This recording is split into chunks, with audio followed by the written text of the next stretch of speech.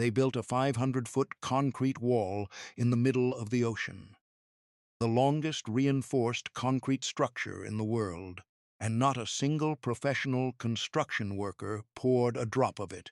The men who built Alcatraz were the prisoners of Alcatraz, convicted soldiers, court-martialed veterans, men broken by war in the Philippines and the Caribbean, put to work on a windswept rock 1.25 miles from the San Francisco shore. They hauled cement up a cliff face 13 stories high. They ran hoists and concrete mixers and derrick cranes they had never trained for. They breathed the baked fog and worked the tides and poured concrete in conditions that would shut down a modern worksite before breakfast.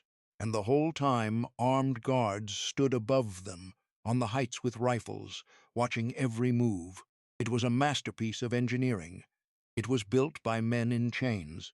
Before we're done today, you will understand something most people never think about when they take the ferry out to Alcatraz and walk those famous corridors.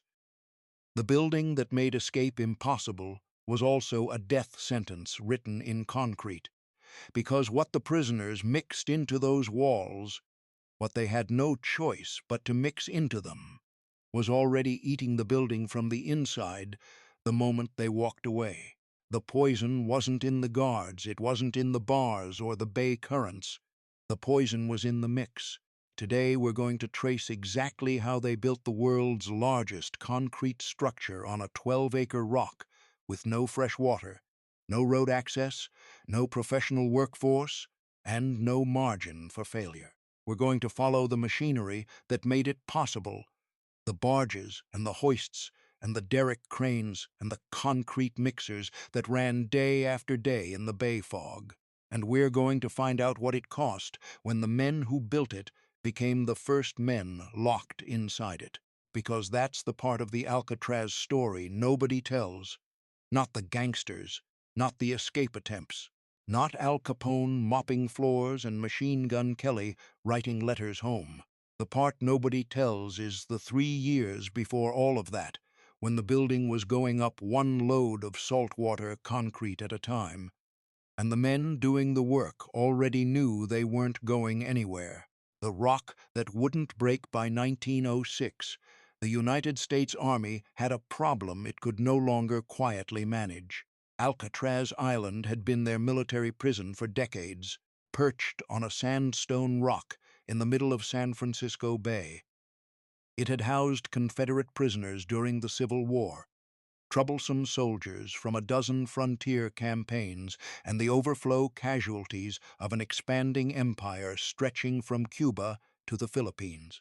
The Spanish-American War alone had jammed the island's population past 450 men. The prison was bulging. The buildings were crumbling. Old brick structures slapped up in the 1860s and 70s, and patched so many times the patches had patches. The infrastructure was failing. The island smelled like the 19th century and looked like it too. Then came April 18, 1906. The earthquake that flattened San Francisco sent nearly 200 additional civilian prisoners across the bay to Alcatraz, men who needed somewhere to go immediately, because the cells holding them on the mainland were rubble. The island prison, already strained well beyond its designed capacity, absorbed them without ceremony. For weeks, close to 700 men were warehoused in facilities never meant to hold half that many. And the army, looking at those crumbling brick buildings, looking at the men packed shoulder to shoulder, looked at the whole situation and made a decision. They were going to build something that would never need to be patched again.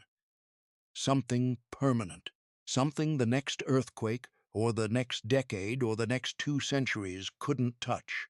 In 1907, the Army officially renamed the installation the Pacific Branch, United States Military Prison, Alcatraz Island. They allocated $250,000, a substantial sum, and they needed a man who could execute a major construction project on a rock in the middle of the most unpredictable bay on the Pacific coast. Major Reuben B. Turner, 8th Infantry, got the assignment in July 1907. Two titles simultaneously. First Commandant of the Military Prison and Construction Quartermaster. Warden and foreman in the same set of hands. The War Department regarded Turner highly for his construction abilities, and Turner arrived at the island with characteristic aggression. He looked at the old citadel, the Civil War-era brick structure that was the original heart of the island, and he saw an opportunity, not a liability. Don't demolish it entirely. That was the insight. The citadel's basement, its foundation walls, its underground skeleton. All of that was solid. Good Civil War masonry, built to take cannonballs. Take the top two floors off, leave the basement intact. Build the new reinforced concrete cell block directly on top of what was already there. Turner had a genius for the efficient use of materials and the efficient use of men. He planned to salvage the great iron I-beams from the citadel roof and repurpose them as cross-girders in the new second floor. He planned to save the bricks from the demolished upper stories for general construction across the island. Nothing wasted, nothing left behind, and the preserved basement would be ventilated, converted into punishment cells, ventilated artificially by means of a fan and proper ducts, as Turner wrote in one of his reports, giving the new prison a ready-made solitary confinement wing beneath the main structure. A prison inside a rock. The new cell house would be 3 stories of reinforced concrete, 600 cells, each exactly 5 feet wide by 9 feet deep. The building would run 500 feet end to end, the length of nearly 2 football fields. No prison in America would touch it for scale. No reinforced concrete structure anywhere in the world would be longer when it was done. Could he pull it off? On a bare rock, with a barge as his only supply line, with prisoners as his labor force, demolition of the citadel began in earnest in May 1909. Turner's report from that month doesn't hide the difficulty. The most difficult part of the work has been wrecking of the citadel and the necessary forming over basement walls and the moat to carry cell room floor and utility corridors. Wrecking the old structures was harder than building the new one. The old bricks were dense and stubborn. The mortar that held them was old and set hard. The men tearing it apart were doing it with hand tools and muscle on a cliff top in the Pacific fog, while guards watched from the heights above. By September 1909, Turner reported construction 40% complete. 3 years to go. 500,000 man-hours of labor ahead of them, and those man-hours had to come from somewhere.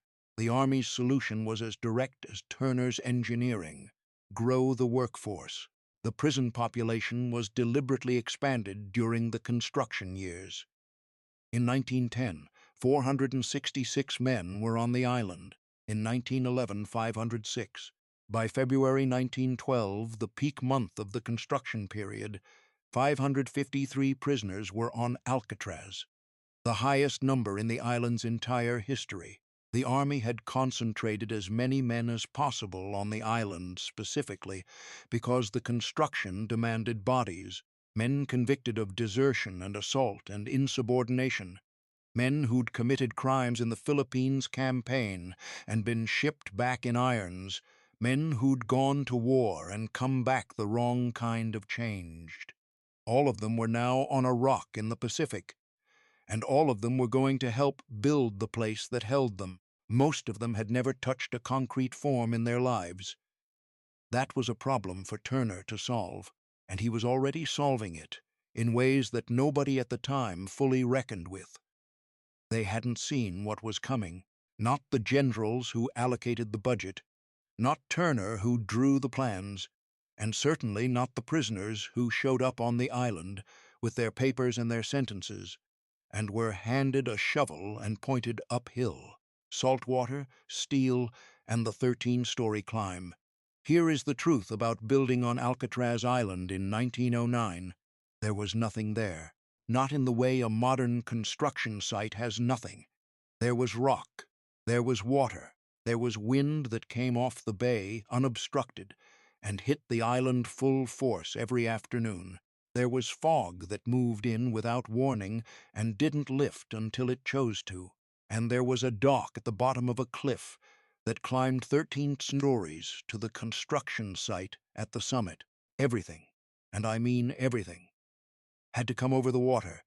Every 94-pound sack of Portland cement, every steel reinforcing bar, cut and bent and bundled on the mainland, then loaded onto flat-bottom barges and floated across a bay where the currents ran several knots on a good day and strong enough to drag a man off his feet on a bad one. Every piece of lumber, every bolt, every length of pipe, every component of the steam-powered hoists and derrick cranes that would be assembled on the island and used to lift what couldn't be carried on a man's back. The barge schedule ran on tides and nothing else. Low tide, the barge sat too far below the dock edge to load or unload. Missed the window and you lost the day. No exceptions, no negotiation, no second tide until the next cycle. Breakdowns on the mainland meant a lost supply run. Equipment failures on the island meant losing the machinery until a repair crew came across. Every disruption compounded because there was no buffer, no warehouse of extra stock sitting on a loading dock somewhere. What came over on the barge was what got used that day. Run short, and men stood idle while the tide went out, and the foreman calculated what the schedule had just cost. But the heavy machinery did come. Derrick cranes were erected at the summit, their cables running from steam-driven winch engines, powerful enough to swing loaded nets of reinforcing steel up from the paths below. The cranes worked alongside prisoner teams who carried what the machines couldn't reach. Sacks of cement on their shoulders, tools in their hands, moving up the switchback trails from the dock in lines that didn't stop moving from first light to last. 13 stories every day, under guard. Now here is the engineering problem that shaped everything that followed. The one that the history books mention in passing, but that deserves to be said plainly. Concrete requires fresh water to work. This is not a preference, it is chemistry. Portland cement hydrates when it contacts fresh water. The reaction creates the crystalline structure that gives concrete its strength. Introduce salt water into that reaction and you get something that looks right on the surface. It sets, it cures, it holds shape, but carries within it the seeds of its own failure. Salt chlorides don't become inert once the concrete hardens. They keep moving. Slowly, through the microscopic pores in the concrete matrix, they migrate inward until they reach the steel reinforcing bars embedded inside. Then they begin the corrosion that eventually will crack the concrete from within. The men who designed the Alcatraz cell house in 1909 did not have a clear picture of this mechanism. The science of concrete deterioration, the specific chemistry of chloride-induced rebar corrosion, was not yet the detailed understanding it would become in the following decades. And in 1909, there was no fresh water on Alcatraz Island. What water there was had to be purchased from the Sausalito Water Company on the mainland and barged across the bay. It was stored in cisterns. It was rationed carefully. But concrete construction at the scale Turner was attempting. 600 cells, 3 stories, a 500-foot building, plus a powerhouse, a laundry, workshops, the whole infrastructure of a self-contained prison island, consumed water in quantities the barge supply couldn't always keep pace with. So some of the workers went to the edge of the island and they drew water from the bay.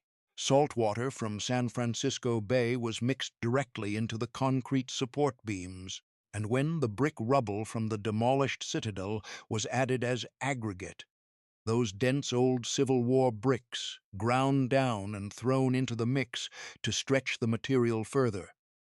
The support beams of the world's largest concrete building were set with bay water and rubble under rifle point by men doing their best to keep the schedule moving. In November 1910, Civilian workers and military prisoners together completed the powerhouse smokestack. 81 barrels of Portland cement, 4,000 fire bricks, 1,000 fire clays, assembled on open scaffolding above the bay while the wind came off the water and the fog rolled in and out. The entire power plant complex, including the main unit, laundry, and 4 workshops, was finished in January 1912 at a cost of $34,810.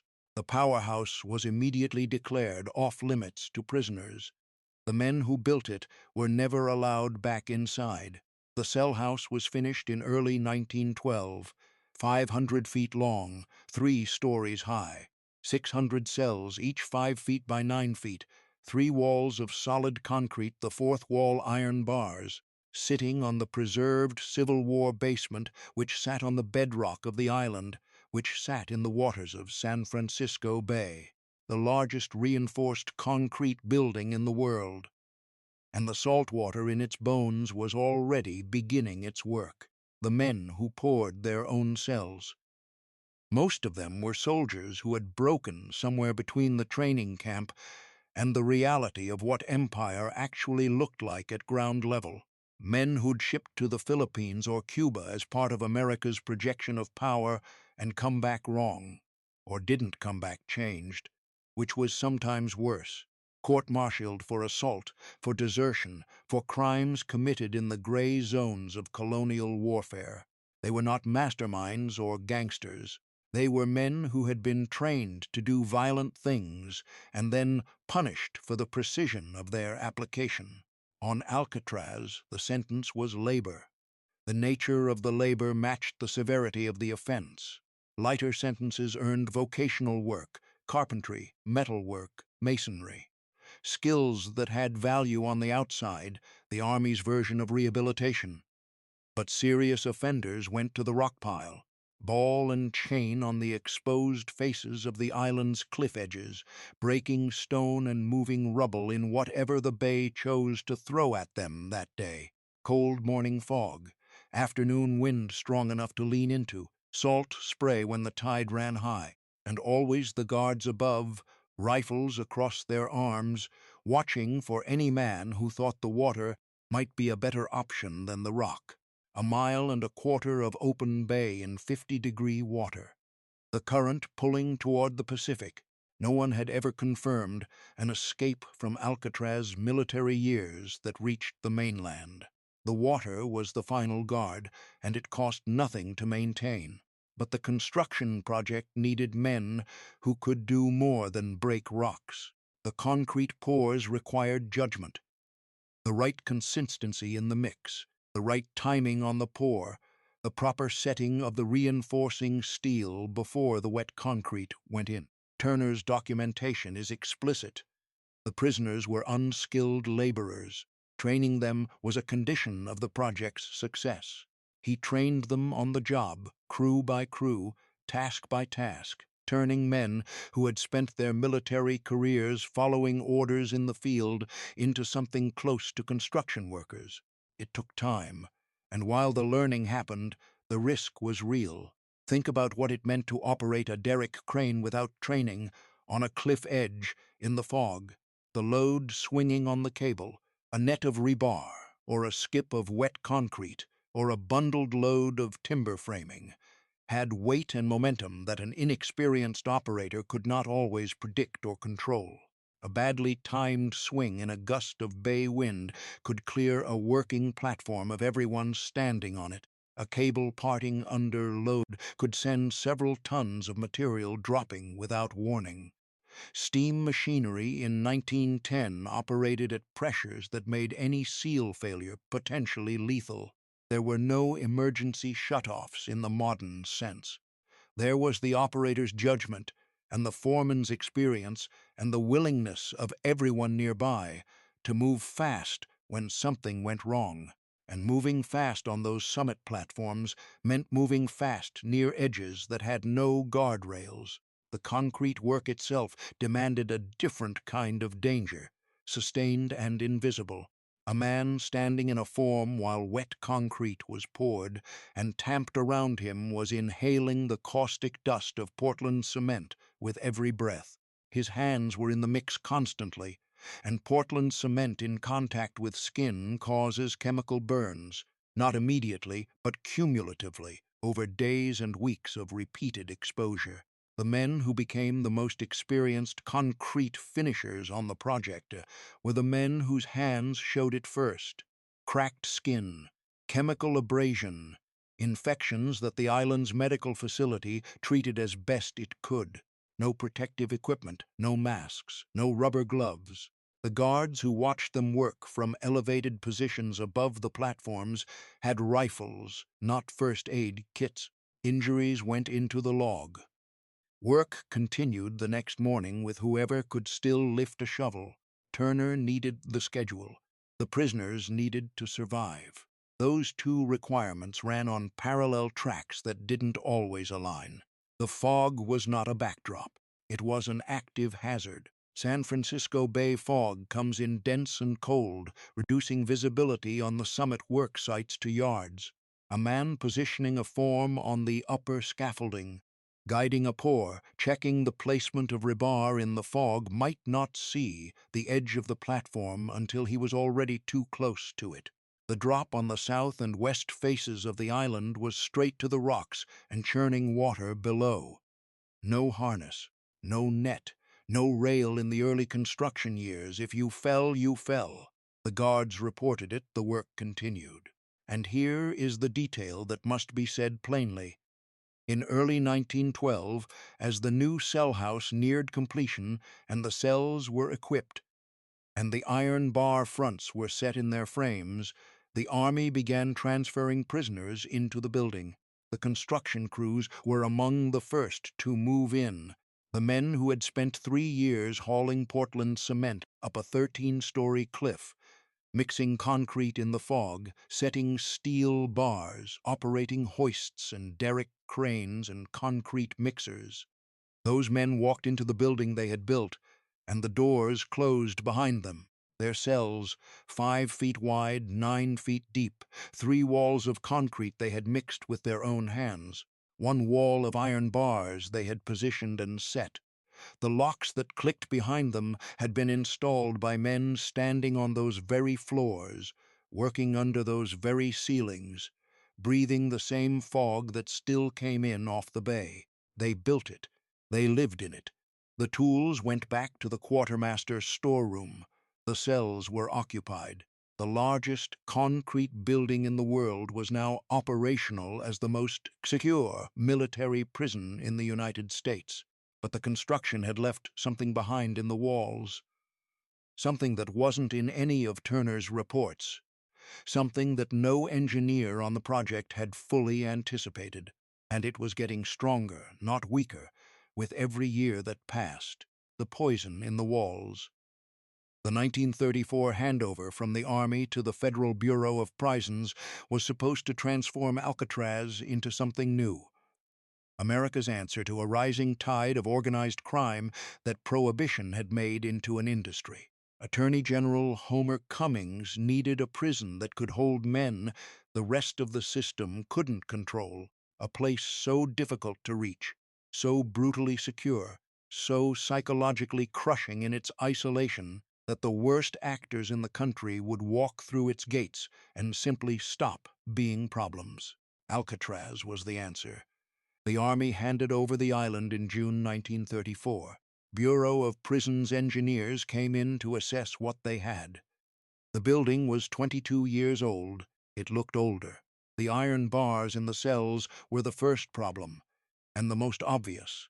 A hacksaw could work through them given time and patience, and prisoners at Alcatraz would have time, given that many were serving sentences measured in decades. The locks were primitive. The overall security architecture, built for a military disciplinary facility, fell well short of what a maximum security federal penitentiary needed. All of that was fixable. The Bureau spent heavily. Tool-proof hardened steel bars arrived from Stewart Iron Works in Kentucky. Bars specifically designed and tested to resist cutting. The cost of installing those new bars across the cell house exceeded the original cost of building the entire structure in 1912. Remote-operated mechanical locking systems replaced the old hardware. 20 tear gas canisters went into the ceiling of the mess hall, wired to a turret in the corner, the whole system capable of flooding the room with gas on a guard's signal. Electromagnetic metal detectors at key entrances, 6 guard towers. Enclosed gun galleries running the full length of the cell blocks inside the building so guards could patrol with rifles without exposure to any prisoner. They built a maximum security prison inside the skeleton of a military jail, and it worked. Until 1946. In May of that year, 3 prisoners, Bernard Coy, Joseph Kretzer, and Marvin Hubbard, managed to get their hands on guns after Coy scaled the gun gallery and overpowered the guard inside.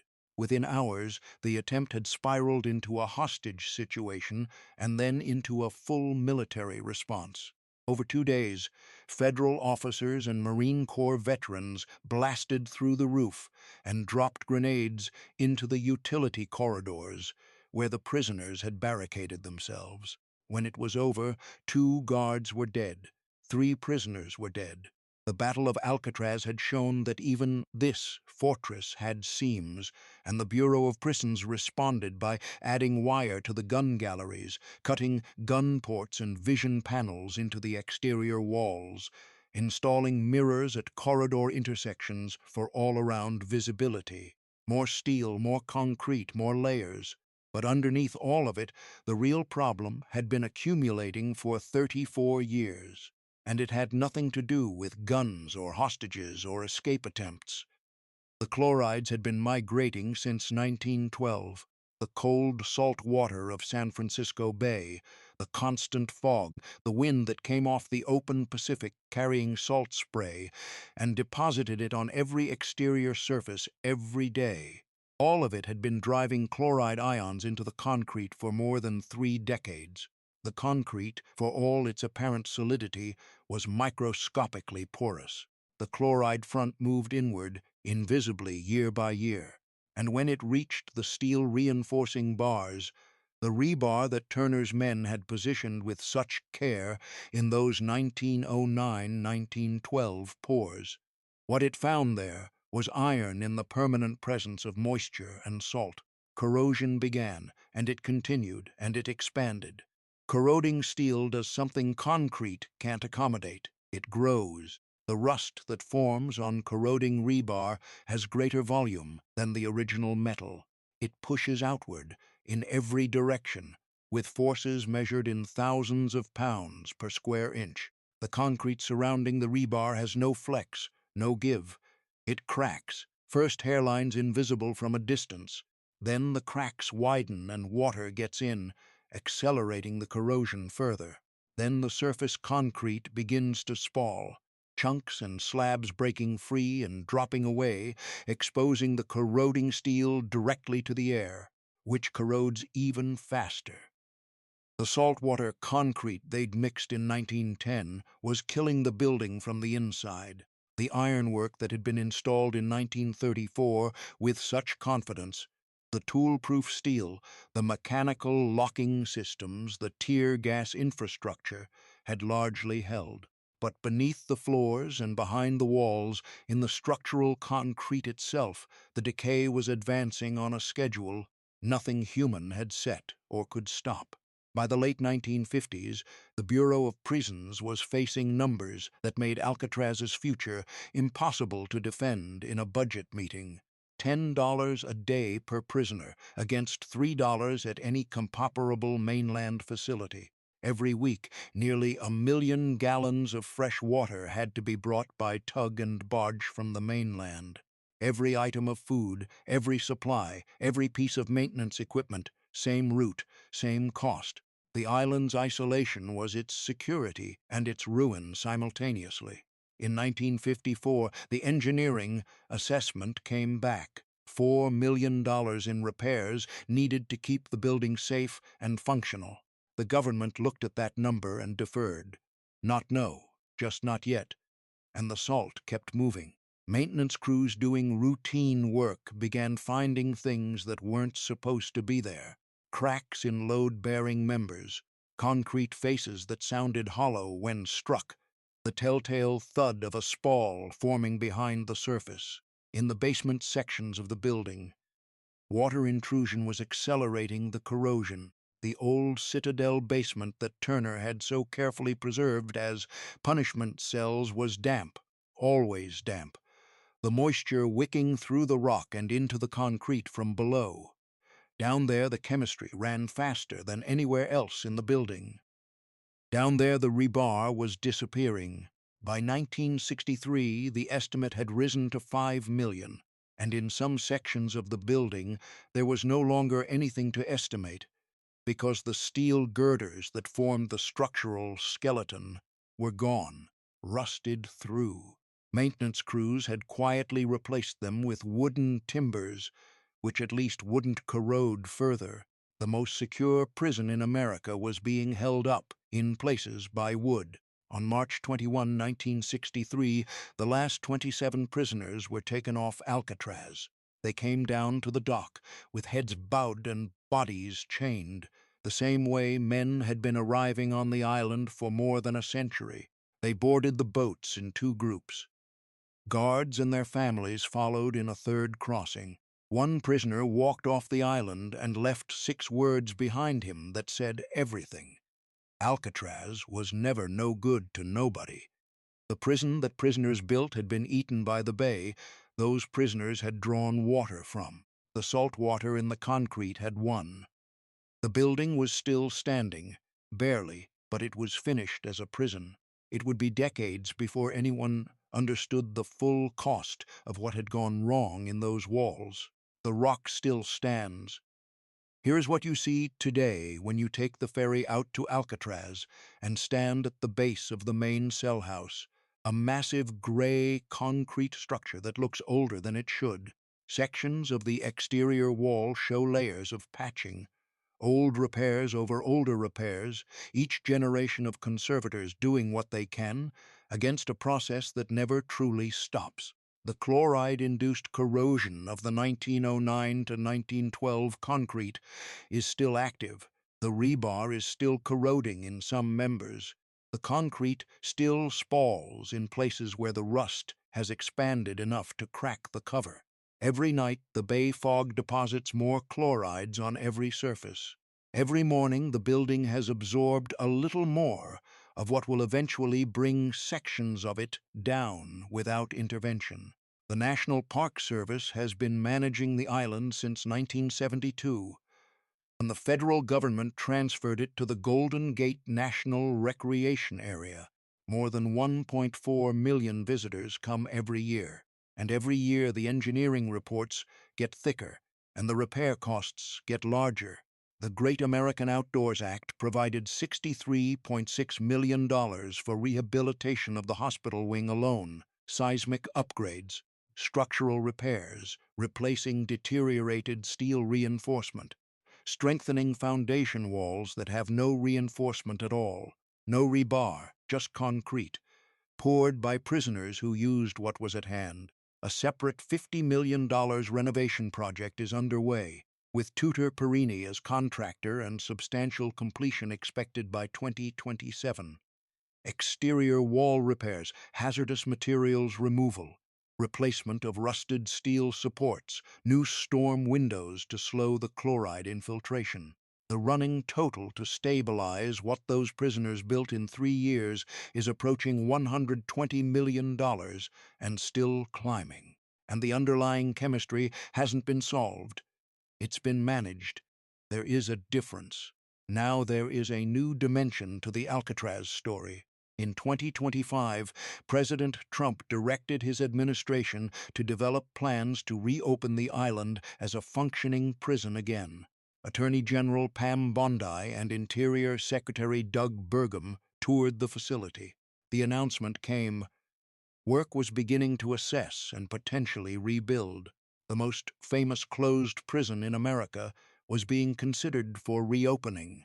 What they will find when they go to build there again is exactly what Turner found in 1909, a rock in the middle of the bay. No fresh water on the island, no road access, no bridge. Tides controlling the supply schedule.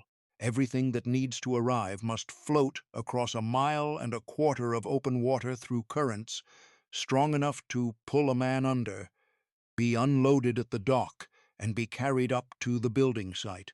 And the building they're looking at, the one they want to restore and potentially expand, is a structure compromised at its foundations by decisions made by prisoners and a military engineer who did the best they could with what they had in 1909. The saltwater concrete is the inheritance, still there, still corroding, still the reason every engineer who looks at this building carefully comes away shaking their head at the scale of what it's going to take to make it genuinely sound. Look at Alcatraz today and you see the gray walls, the iron bars, the guard towers against the sky, the lighthouse still operating on the southern tip of the island. You see the place where America sent its most dangerous men and built a mythology around them.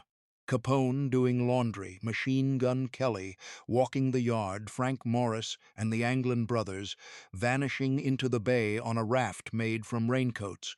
Never confirmed dead, never confirmed alive. The mythology is enormous and specific and well-earned. But underneath all of it, literally underneath it in the Civil War basement that Turner preserved and converted to punishment cells, is the original foundation. And underneath that is the bedrock of the island. And the bedrock is surrounded by the bay that provided the water that went into the walls of everything above. The men who built those walls understood the bay better than anyone who came later. They had drawn its water into their mix. They had worked in its fog. They had been held by its currents and surveyed by guards who knew the currents were their most reliable colleague. Those men lived inside the thing they built. They spent years in cells made of their own concrete, breathing air in rooms they had formed, sleeping on floors they had poured. The building was theirs. In a way, it was never the warden's or the government's. And when it finally forced itself closed, when the repair bills got too high and the structure got too compromised, and the government decided the math didn't work, the building they built remained.